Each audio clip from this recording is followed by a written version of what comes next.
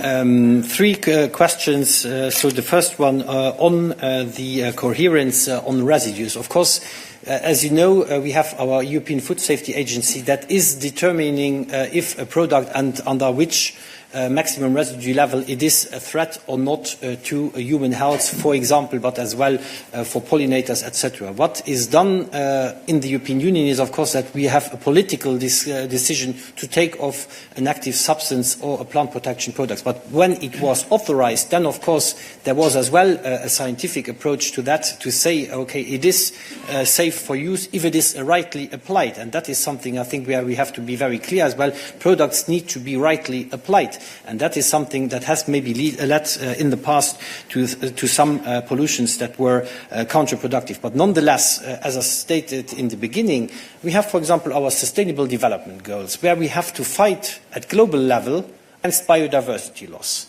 And we have done already now the prohibition of imports of products that are treated with clothianidin and thiamethoxam, which are the famous nicotinoids.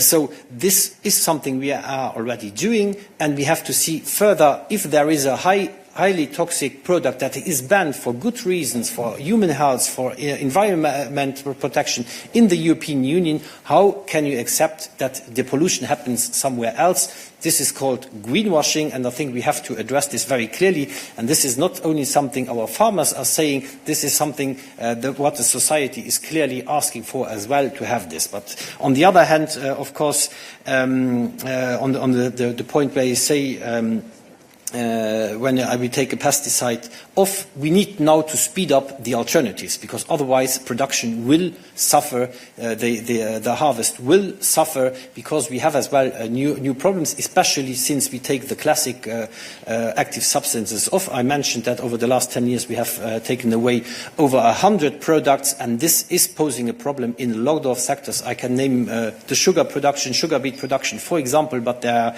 many others, and there we need to be stronger as well. We need as well to work on other points, for example on NGTs, which is again not my portfolio, but nonetheless as well a solution for certain productions that we are doing. And then on the revision of the CAP, this is of course coming up by the end of the year, which will be closely linked as well to the discussion on the MFF. But I think what is clear is that we have, and this was, I mentioned earlier, that the support needs to be better targeted where it is most needed. That is very important. And the productive side, nonetheless, is something that is and remains quite essential, because we need as well to see that on the agriculture surface that there is still a production going on as well to get access to these funds. That will be very important.